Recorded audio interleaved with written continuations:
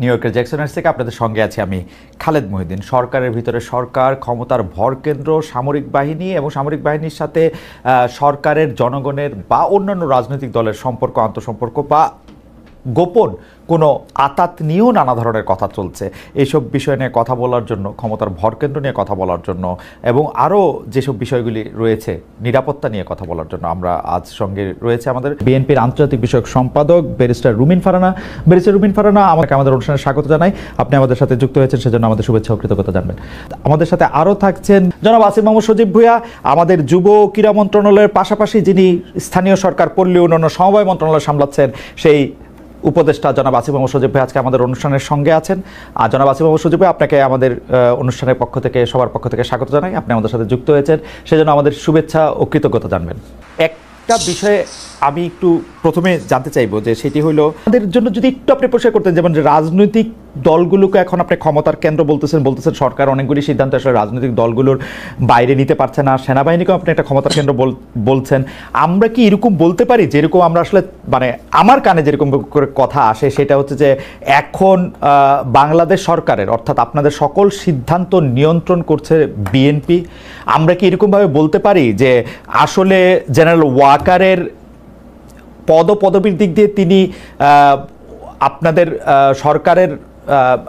সরকারকে রিপোর্ট করার কথা থাকলেও কাগজে কলমে অনেক ক্ষেত্রে তিনি একটি পক্ষ হয়েছেন? আপনি কি এরকমটাই বলছেন? বা আপনি যদি এই ব্যাপারটা আরেকটু ব্যাখ্যা করতেন, যে রাজনৈতিক দল বলতে কি শুধু আপনি বিএনপিকে বোঝাচ্ছেন, নাকি জামাত বা এনসিপিকেও বোঝাচ্ছেন? ক্ষমতার কেন্দ্র সামরিকায়ন বলতে কি আপনি জেনারেল ওয়াকারকে বোঝাচ্ছেন, নাকি জেনারেল ওয়াকারেরও আয়ত্তের বাইরে এরকম কোনো কিছুর কথা আপনি বলছেন, কোনো বাইরের রাষ্ট্রের? না, আমি আমি আমি এখানকার মানে ক্ষমতার কেন্দ্র বলতে নির্দিষ্ট রাজনৈতিক দল না বলে আমি এখানে পলিটিক্যাল স্টাবলিশমেন্ট যেটা আছে, স্টাবলিশমেন্ট আকারে এখানে বলি। যেমন মনে করেন যে, যদি উদাহরণ দেই যে স্থানীয় সরকার নির্বাচন, আমি তো স্থানীয় সরকার মন্ত্রণালয়ের দায়িত্বে। স্থানীয় সরকার নির্বাচনের সিদ্ধান্ত তো আমি নিতে পারি নাই, আমি না, শুধু আমার সরকারও নিতে পারে নাই, কারণ এখানে রাজনৈতিক দলগুলোর এখন ঐকমত্য কমিশনে যে আলোচনা হয়েছে, সেখানে স্থানীয় সরকার নির্বাচন নিয়ে যে আলোচনা হয়েছে, সেখানে আমার জানা মতে বিএনপি এবং তাদের কয়েকটা সহযোগী দল ছাড়া বাকি সবাই স্থানীয় সরকার নির্বাচনের বিষয়ে একমত ছিল। এবং আমিও চেষ্টা করেছি যে অন্ততপক্ষে, কারণ দিন শেষে নাগরিক সেবা থেকে শুরু করে উন্নয়ন কার্যক্রম যে ব্যাহত হচ্ছে এবং মানুষ যে প্রতিনিয়ত তার একটা আইডি কার্ড বানাইতে গেলে বা একটা জন্ম নিবন্ধন, মৃত্যু নিবন্ধন, ওয়ারিশ সনদ, এই প্রত্যেকটা কাজ তো লোকাল গভর্নমেন্টে থেকে হয়, এগুলোতে যে ব্যাহত হচ্ছে, এইটার দায়টা তো আমার উপরে আসে, যেহেতু আমি দায়িত্বে আছি। তো কিন্তু যখন সিদ্ধান্ত গ্রহণ প্রক্রিয়া এটা চলে যায়, তখন তো এটা বিভিন্ন এই যে ক্ষমতার যে কেন্দ্রগুলোর কথা আমি বললাম, সেখানে তো গিয়ে আটকে যাচ্ছে। তো এখানে আমি কোনো নির্দিষ্ট দলের কথা না বলে পলিটিক্যাল স্টাবলিশমেন্টের কথা বলি, এবং কোনো নির্দিষ্ট ব্যক্তির কথা না বলে মিলিটারি স্টাবলিশমেন্টের কথা বলি, যেটা গত 15 বছরে 16 বছরে তৈরি করে যাওয়া হয়েছে। এবং আমি মনে করি যে শুধু এই সরকার না, এই সরকার তো অপেক্ষাকৃত একটা দুর্বল সরকার হিসেবে পরিচিত। এই সরকার না, যে পরবর্তী পলিটিক্যাল গভর্নমেন্ট আসলেও তাদের এই যে আওয়ামী যে এস্টাবলিশমেন্ট বিভিন্ন জায়গায় রয়ে গেছে, এইটার জন্য ভুগতে হবে, একটা দীর্ঘ সময় তাদেরকেও ভুগতে হবে, এবং এইটা সেটেল করাটা খুবই টাফ জব হবে পরবর্তী যে কোনো সরকারের জন্য। আমি আবার একটু জুলাই আন্দোলনের প্রসঙ্গে একটু আসি। আপনি জুলাই আন্দোলন নিয়ে আপনি বই লিখেছেন, কলাম লিখেছেন পত্রপত্রিকায়, কিন্তু আমরা যেটি দেখতে পাচ্ছি যে এই আন্দোলনে কার কৃতিত্ব কত বেশি, সেটি নিয়ে এখন মানে কয়েকদিন পর পর নতুন নতুন করে এটি আলোচনায় আসছে। সর্বশেষ জনাব নাহিদ ইসলাম, জনাব সাদিক কাইম, মানে তিনি সমন্বয়কই ছিলেন না, বা এই জাতীয় কথায় দেখা গেছে যে শিবিরের সাথেও আসলে ছাত্রদের যে দল, রাজনৈতিক দল যারা যেটি গ্রহণ করেছেন, যে এনসিপির একটি দূরত্ব সৃষ্টি হয়েছে, এনসিপির দূরত্ব বিএনপির সঙ্গেও সৃষ্টি হয়েছে, এনসিপির দূরত্ব নানা কারণে জামাতের সঙ্গেও সৃষ্টি হয়েছে, এইসব মিলে এইটাকে আপনি আসলে কিভাবে দেখেন? মানে জুলাই আন্দোলনের কৃতিত্ব নিয়ে বা বাটোয়ারা নিয়ে যে এই ব্যাপারটাকে আসলে আপনি কিভাবে দেখেন? অনেক সময় সরকারেরও প্রচন্ড সমালোচনা করা হচ্ছে, কোনো সময় কিংস পার্টি বলে, কোনো সময় এটা বলে, সেটাও যদি একটু মাথা রেখে বলেন। জি না, সবার তো মানে দৃষ্টিভঙ্গি এবং লেন্স তো একরকম না। মনে করেন আমি যখন জুলাই গণঅভ্যুত্থান সংগঠিত হয় সবচেয়ে গুরুত্বপূর্ণ 10টা দিন আমি ডিটেনশনে ছিলাম।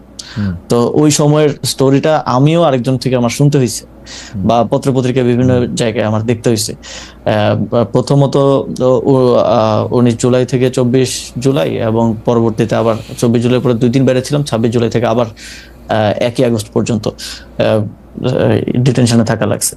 তো আমি আসলে যেভাবে দেখছি বা আমি যেভাবে সিদ্ধান্ত নিছি, সাদিক কায়েম বলেন বা নাহিদ ইসলাম বলেন বা আরো যারা আছে, আরো যেমন ছাত্রদলের রাকিব ভাই আছে, তাদের দেখার দৃষ্টিভঙ্গিটা তো এক না। মনে করেন একটা সিদ্ধান্ত, গুরুত্বপূর্ণ সিদ্ধান্ত নেওয়ার ক্ষেত্রে আমরা যারা স্টেক হোল্ডার আছে যাদের সাথে যোগাযোগ তখন হচ্ছিল, অন্তত 5-6 জনের সাথে যোগাযোগ করতাম। তো এখন মনে করেন আমি ছাত্রদলের রাকিব ভাইয়ের সাথেও যোগাযোগ করলাম, কথা বললাম যে ভাই কালকে আমি এই প্রোগ্রামটা দিতে চাচ্ছি, আমরা কালকে অসহযোগ আন্দোলনের ডাক দিতে চাচ্ছি। সাদিক ভাইয়ের সাথেও কথা বললাম যে অসহযোগ আন্দোলনের ডাক দিতে। আবার এই যোগাযোগটা কিন্তু যে আমার সাথে হচ্ছে তা না, আমার সাথেও কখনো হচ্ছে না, কখনো মাহফুজ ভাইয়ের সাথে হচ্ছে, কখনো নাহিদ ভাইয়ের সাথে হচ্ছে, বিভিন্ন স্তরে হচ্ছে। তো তখন সাদিক ভাই আমাকে একটা পরামর্শ দিল, রাকিব ভাই আমাকে একটা পরামর্শ দিল, আরো 4-5 জন আমাকে আরো তাদের মতো করে পরামর্শ দিল।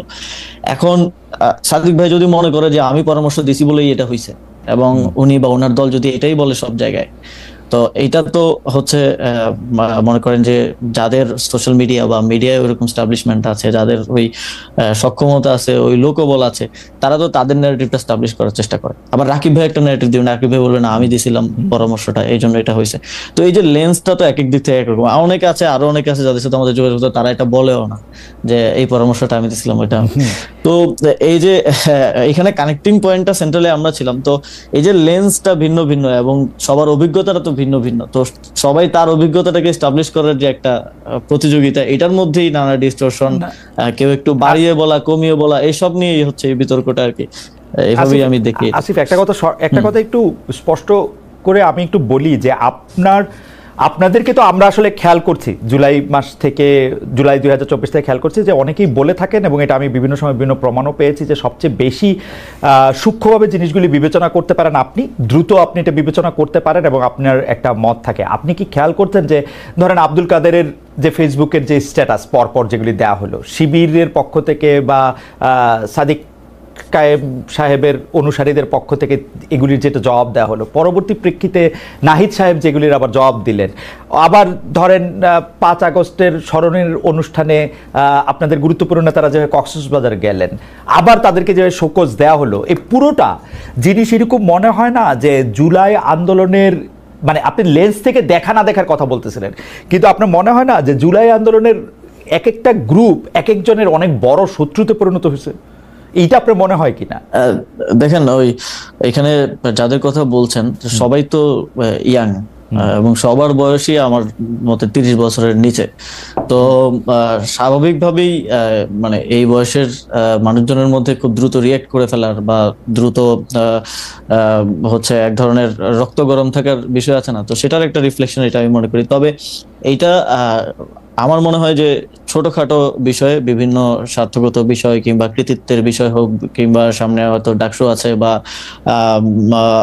আরো কিছু বিষয়ে, এটা নিজেদের মধ্যে ছোটখাটো মতানৈক্য বলেই আমি মনে করি। কারণ এখনো বিগার কোশ্চেনে সবার কর্মপন্থা হয়তো ভিন্ন, যারা জুলাই গণঅভ্যুত্থানের স্টেক হোল্ডার ছিলেন, যারা অংশগ্রহণকারী ছিলেন, কিন্তু আওয়ামী লীগের প্রশ্নে বলেন, ফ্যাসিবাদের প্রশ্নে বলেন, একটা সুন্দর বাংলাদেশ গড়ার প্রশ্নে বলেন, আমি দেখেছি যে সবাই কাজ করছে। সবার কর্মপন্থা হয়তো ভিন্ন হতে পারে, বা কেউ এটা নিয়ে ডিবেট থাকতে পারে যে কে বেশি করতেছে, কে কম করতেছে, বা অনেক যেটা কক্সবাজার যাওয়ার কথা বললেন শোকজ, বা অনেকগুলো মনে হতে পারে যে এরা বাচ্চামি করতেছে, বা তো ওই বয়সের একটা বিষয়টা আছেই। কিন্তু আমার মনে হয় না যেটা এত বড় বিরোধ যেটা আসলে শত্রুতা বলা যায়, আমার মনে হয় যে আসিফ, আমি এই প্রসঙ্গ শেষ করতে চাই। এখানে কেউ কেউ যে বলছেন যে এই বিরোধটা আসলে কোনো কিছুর বাটোয়ারা নিয়ে, অর্থাৎ যারা এটার কেন্দ্রে থাকবেন তারা চাঁদা, যদি আমি পজিটিভ অর্থও বলি, পার্টি চালানোর জন্য চাঁদা হোক বা অন্যান্য গুরুত্বের জন্য কোনো গুরুত্ব পাওয়া হোক, বা বড় নেতা ভবিষ্যতে হওয়ার জন্য এইটা গুরুত্বপূর্ণ, এইভাবে আপনি দেখেন কিনা?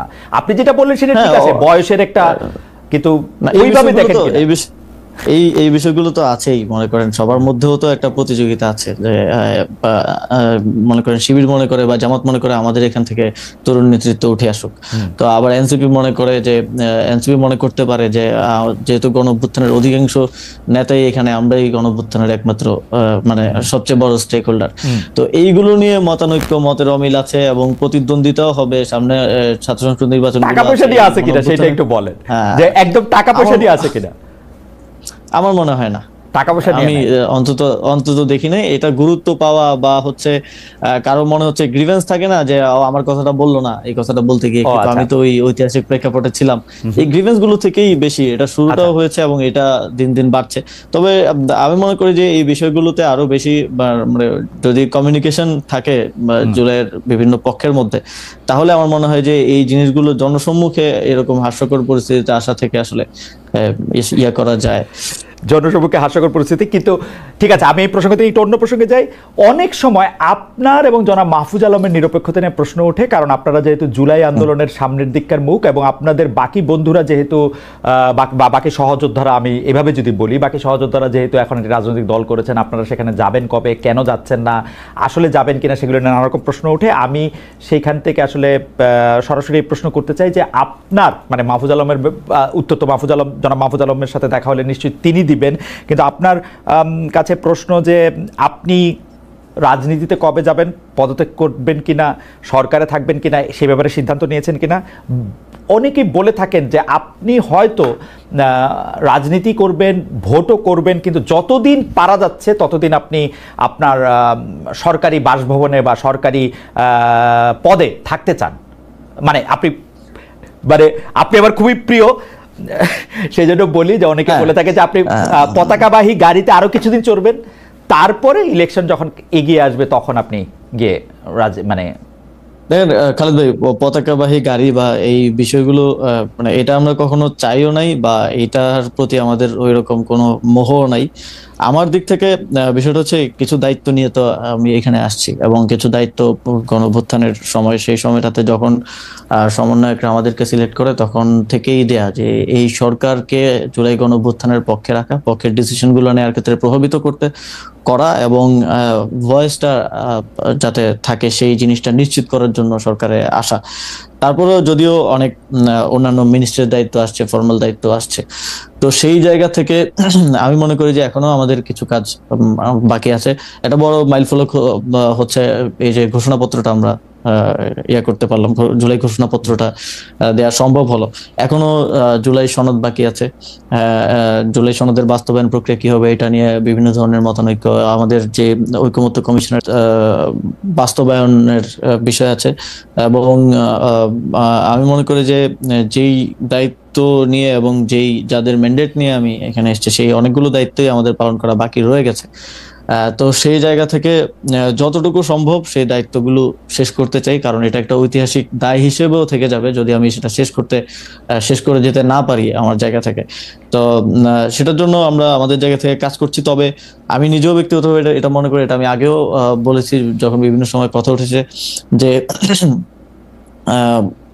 রাজনীতিতে সরাসরি জড়িত কারো সরকারে থাকা উচিত না, যদিও এরকম কয়েকজনই আছেন এবং আমরা মনে করি যে নির্বাচনকালীন সরকারে, স্পেসিফিকলি নির্বাচনের কালীন সরকারে শুধু নির্বাচন করব কি করব না সেটার জন্য না, যদি আমি নির্বাচন নাও করি তাহলেও নির্বাচনকালীন সরকার আমার থাকা উচিত না, যেহেতু এটা নিয়ে কনসার্ন আছে এবং আমাদের গণতান্ত্রিক রূপান্তরের একটা মানে আমাদের জুলাই গণঅভ্যুত্থানে যদি 3টা ম্যান্ডেট আমি ধরি, যে বিচার, সংস্কার এবং গণতান্ত্রিক রূপান্তর, তো গণতান্ত্রিক রূপান্তরের যেই দায়িত্ব আছে এবং সেখানে কনফ্লিক্ট অফ ইন্টারেস্ট এড়িয়ে চলার যে বিষয় আছে, সেখান থেকে আমি মনে করি যে রাজনীতিতে যুক্ত হওয়ার ইচ্ছা আছে এরকম কারোই নির্বাচনকালীন সরকারে থাকা উচিত না, তফসিলের আগেই তাদের আসলে এটা আমি, মাহফুজ আলম, আরো যদি কেউ থাকেন সরকারে, আরো যারা আছেন সবারই নির্বাচনকালীন সরকারে থাকা উচিত না, কারণ আমাদের মাননীয় প্রধান উপদেষ্টা বারবারই বলছেন যে আমরা একটা বেস্ট ইলেকশন আসলে জাতিকে উপহার দিতে চাই। তো সেই জায়গায় কোনো কোশ্চেন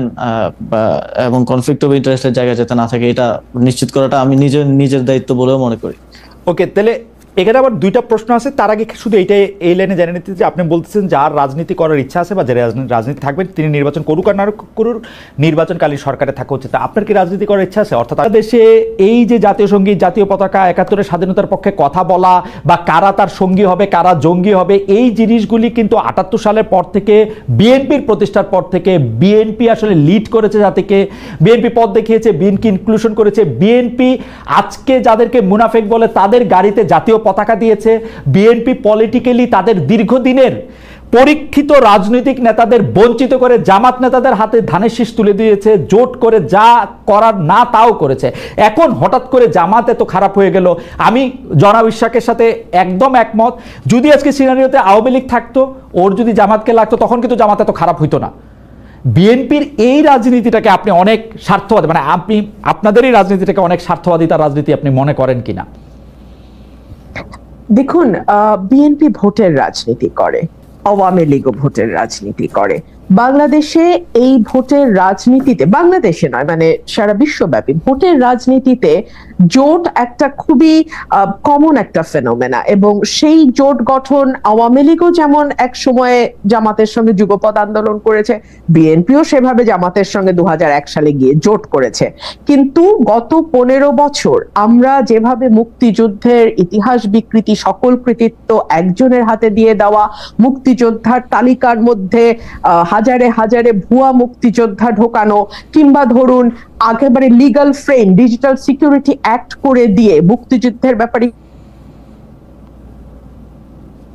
কি বড় করা হয়েছে। বিএনপি কিন্তু 3 বার রাষ্ট্র পরিচালনার দায়িত্বে ছিল অতীতে, কিন্তু কখনো কিন্তু আমরা তেমনটি ঘটতে দেখি নাই। হ্যাঁ, আমি অস্বীকার করবার কোনো উপায় নাই, বিএনপি জামাতের সঙ্গে জোটের রাজনীতি করেছে, বিএনপি নিজামী গাড়িতে পতাকা তুলে দিয়েছে, মন্ত্রিত্ব দিয়েছে, এগুলো অস্বীকার করবার কিছু নেই, এগুলো ইতিহাস, এগুলো আমরা সকলেই জানি।